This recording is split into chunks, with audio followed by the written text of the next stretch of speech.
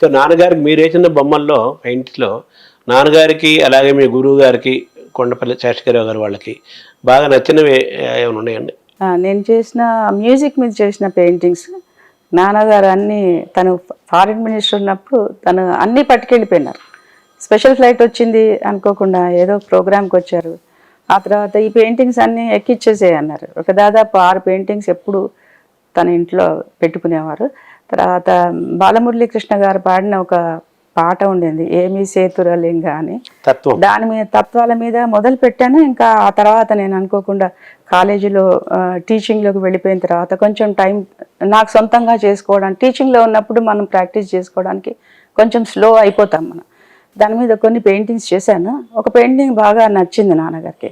చాలా ఫొటోస్లో నాన్నగారు ఫొటోస్ అంటే 5RCRలో తను కూర్చున్న కుర్చీ పక్కన ఎప్పుడు ఆ పెయింటింగ్ ఉండేది. చాలా ఫొటోస్లో మీకు కనిపిస్తుంది. బాలమురళి గారికి ఇచ్చారా మీ పెయింటింగ్? బాలమురళి గారితో చెప్పాను, ఒకసారి వచ్చారు, ఇంటికి వచ్చారు, చూసారు పెయింటింగ్స్. కానీ చెప్పాను, మీ ఏమి సేతురలింగా నాకు చాలా నచ్చింది. చాలా ఈజీగా కూడా మనం అది కంపోజ్ చేసుకోవచ్చు. అంటే ఒక చిత్రాన్ని చూపిస్తారు, ఆ పాట పాడుతుంటేనే అది తత్వం అని అనుకుంటాం. కానీ ఒక చిత్రకారునికి అరే ఇలా పెయింటింగ్స్ ఈ ఎలిమెంట్స్ తీసుకుని అంటే బ్యూటిఫుల్ పెయింటింగ్ అవుతుంది అని చెప్పకనే చెప్పినట్టు ఉంటుంది. అంటే వింటూ ఉండాలి. సంగీతమైన, సాహిత్యమైన, చిత్రలేఖనమైన ఇవన్నీ కూడా ఇంటర్లింక్డ్. ఒకటి కాదని ఇంకోటి మనం చేయలేము, అన్నీ కలిసే ఉన్నాయి ఇవన్నీ కూడా. సో మీ గురువులు శేషగిరిరావు గారు వాళ్ళు బాగా నచ్చిన పెయింటింగ్ ఉంది, వాళ్ళు ఆనందపడే సందర్భం? నా పెయింటింగ్స్ కాదు కానీ గురువు గారి, శేషగిరిరావు గారి పెయింటింగ్లు నన్ను ఎంతో చాలా ఇష్టం గురువు గారికి. ఎందుకంటే సిన్సియర్గా ఉన్న పిల్లలంటే, స్టూడెంట్స్ అంటే అందరికీ ఇష్టమే కదా. ఏదో దూరపు చుట్టరికం కూడా ఉందనుకోండి. మాకు మాస్టారు రిటైర్ అయిపోయిన తర్వాత నేను ఈ ఫైన్ ఆర్ట్స్ కాలేజీకి ఒక ప్రొఫెసర్ క్యాడర్ టీచర్ దొరకడం చాలా కష్టమైన పని. ఎందుకంటే అప్పటికి ఇంకా ఇంత ప్రచారంలో లేదు ఫైన్ ఆర్ట్ ఎడ్యుకేషన్. లలిత కళాశాలలు కూడా లేవు. ఇప్పటికి కూడా ఉస్మానియా యూనివర్సిటీలో ఇది ఒకటే కాలేజీ ప్రైవేట్ సెక్టార్లో. ప్రైవేట్లో కాకుండా వేరే గవర్నమెంట్ ఉస్మానియాకి అయితే లేనే లేదు, అసలు డిపార్ట్మెంట్ కూడా లేదు. ఆర్ట్స్ సెక్షన్లో మమ్మల్ని కలిపారు. ఆర్ట్స్ కాలేజీ వాళ్ళే మాకు అన్నిటికి కూడా మిగతా త్రూ దాన్నే ప్రోటోకాల్ ప్రకారం వెళ్ళాల్సి వస్తుంది. గురువుగారు ఆ తర్వాత నేను రిక్వెస్ట్ చేశాను, తను నాకు టీచరు, నేను ఆయనను రిక్వెస్ట్ చేశాను, గురువుగారు మీరు ప్రిన్సిపాల్ లాగా రండి అంటే దాదాపు సంవత్సరంన్నర 18 నెలలు కాలేజీకి వచ్చి వాళ్ళు పనిచేశారు. అలాగే ఆర్కిటెక్చర్ కాలేజీ, మాకు ఆర్కిటెక్చర్ అండ్ ఫైన్ ఆర్ట్స్ అని 2 కలిసి ఉండేవి జేఎన్టీలో. అక్కడ కూడా డాక్టర్ షిండే అని ఉండేవారు. నా పెయింటింగ్స్ చాలా నచ్చేవి ఆయనకి.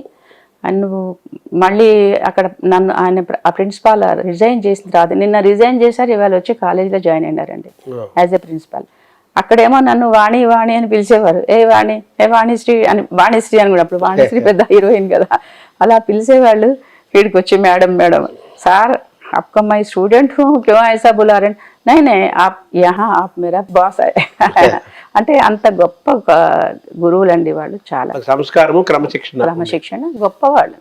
అంటే వాళ్ళకు మనం ఇచ్చే ఆ సాలరీ అవసరం లేదు, వాళ్ళకున్న జ్ఞానాన్ని ఇంకా పంచాలనే తృష్ణ ఉన్న గొప్ప గురువులండి వాళ్ళు. మనకు అసలు వాళ్ళు చాలా అరుదుగా ఉన్నారు, అసలు లేరు కాబట్టి వాళ్ళు సద్వినియోగం చేసుకోవాలని మీ ఆలోచన, వాళ్ళు సద్వినియోగం చేసుకుని ప్రయత్నం చేశారు.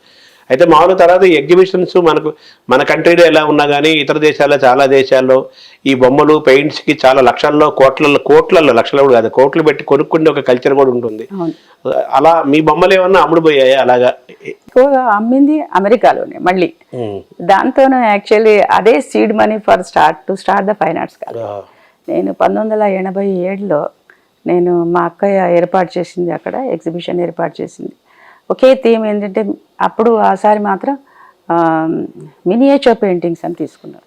మినియేచర్ పెయింటింగ్స్ మీకు అందులో కూడా చాలా శాఖలు ఉన్నాయి. అందులో బండి స్కూల్ అని, రాజస్థాన్ స్కూల్ అని, రకరకాల పహాడీ అని చాలా స్కూల్స్ ఉన్నాయి అందులో.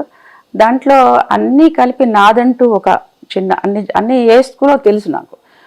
ఒక పర్టికులర్ రంగంలో ఏమవుతుందంటే, చెట్లు చాలా బాగుంటుంది, ల్యాండ్స్కేప్, హ్యూమన్ ఫిగర్స్ ఏదైతే ఉంటాయో అవి కొంచెం అంత బాగా ప్రపోర్షనేట్గా అనిపించవు. ఎందుకంటే అప్పుడు అనాటమీ చదివి చేసిన పెయింటింగ్స్ కావు, వాళ్ళకు ఊహా చిత్రాలే కనుక వాళ్ళకి ఎట్లనన్నా ప్రొఫైలే ఉంటాయి. యూజువల్గా చూడండి, ప్రొఫైల్ పెయింటింగ్స్ ఏ ఉంటాయి, మినియేచర్లో ఇట్లా స్ట్రైట్గా ఉండవు.